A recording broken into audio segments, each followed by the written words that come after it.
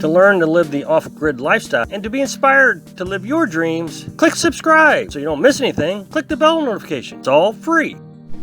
Before I get into today's topic in great detail, it's becoming more difficult for me to come up with content for the YouTube channel because I'm starting to learn some things that has happened to YouTube probably in the last year. I was pretty successful on YouTube for the first 3 or 4 years. Well, I guess 3 years that I was on it. Last year was a great year. But this year, YouTube has modified its algorithm. So it's hard to come up with content that YouTube will promote. Right now, they promote firewood just crazy. Anytime I mention firewood, talk about it even a little bit, those videos do pretty good.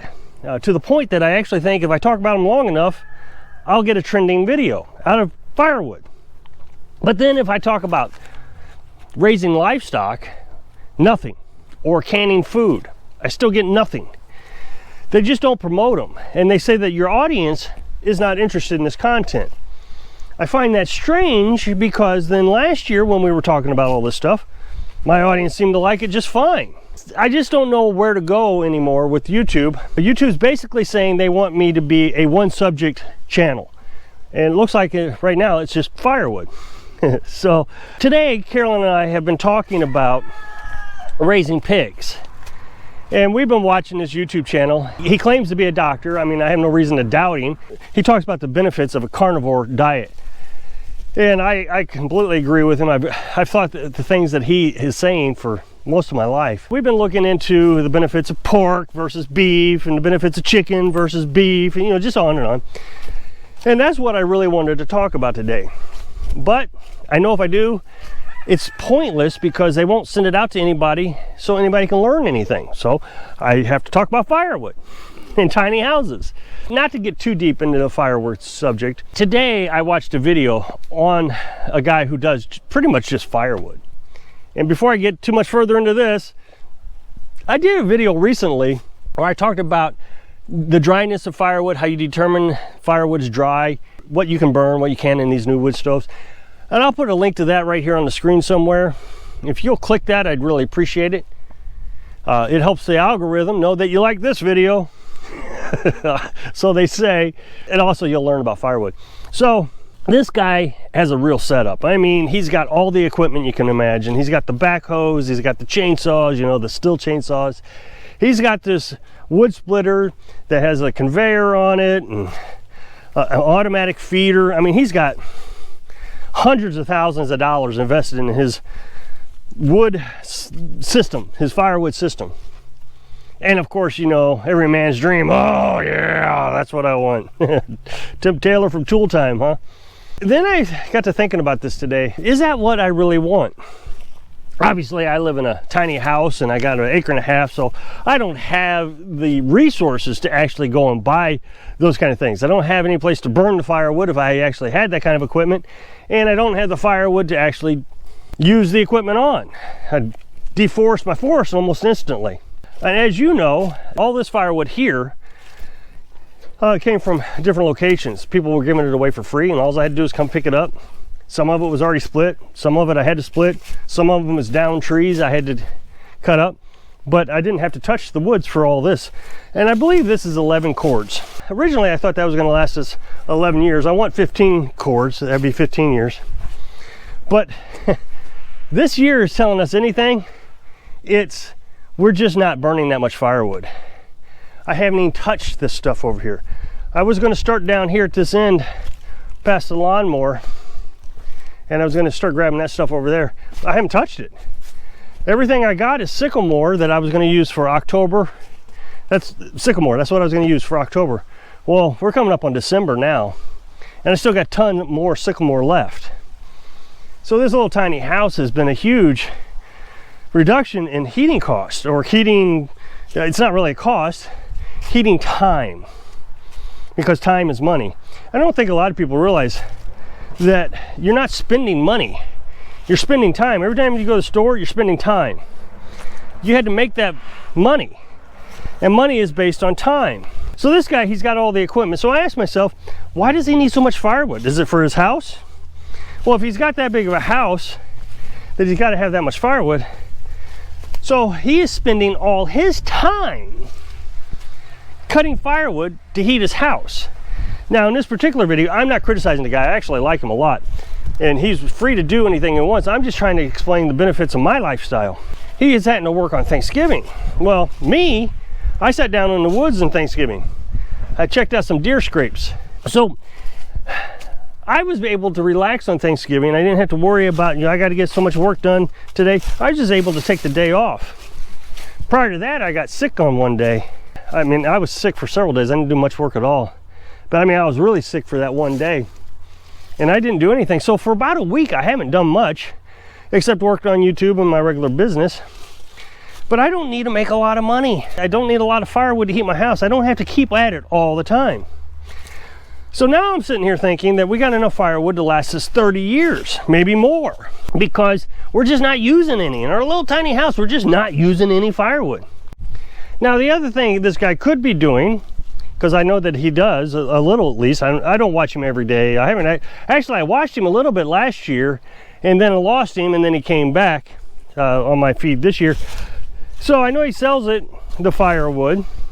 So let's talk about selling it. So he's having to spend time on Thanksgiving to split and cut firewood because he's got to make enough money to support, I guess, a big house. I don't know. I've not really seen his house, but he definitely has to support the tractor and the log splitter and the backhoe and all the equipment he's got. He's got to make enough money to pay for that, especially if he's got debt.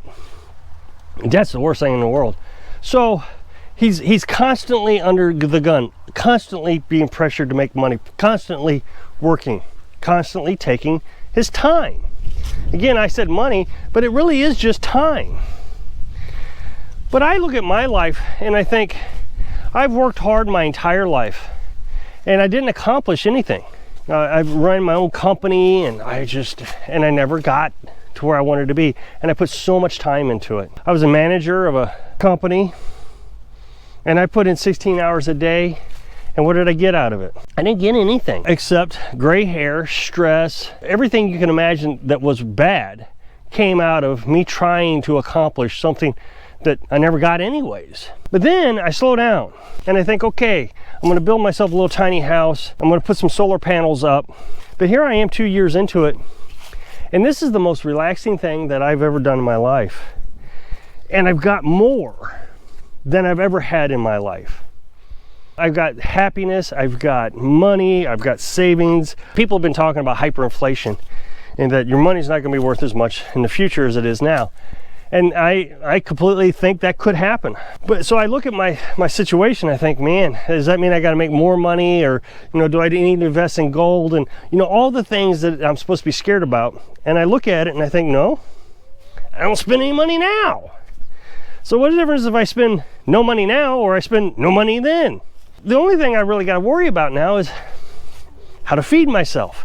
I've got power, I've got electricity, I've got water, I've got heat, I've got a house. Occasionally I'll have to do maintenance, don't get me wrong, you got to do maintenance on the batteries or replace a battery. Eventually I may have to replace some solar panels. So the only thing I really got to focus on, like I said, is food. Food is probably what I spend the most time on now that I'm done. Carolyn and I can go to the grocery store and spend about $200 every month for food. Or I can stay at home, never go to the grocery store, and raise my own food. So how much time did it take to make that $200 to go to the grocery store?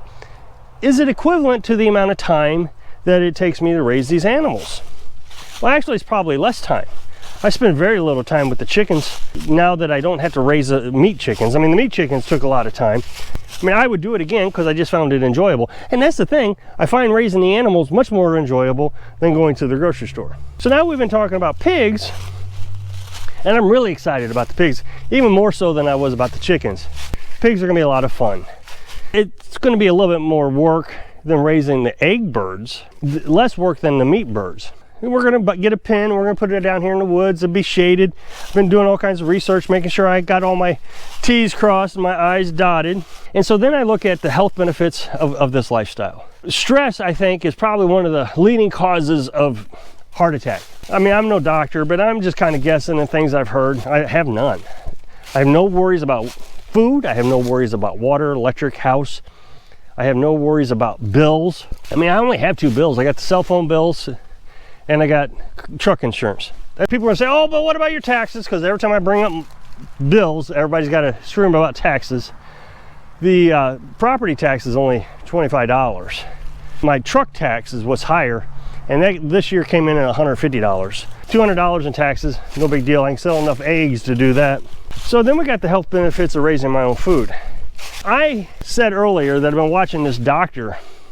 He claims to be a doctor. He talks about the health benefits of eating meat. I agree with him.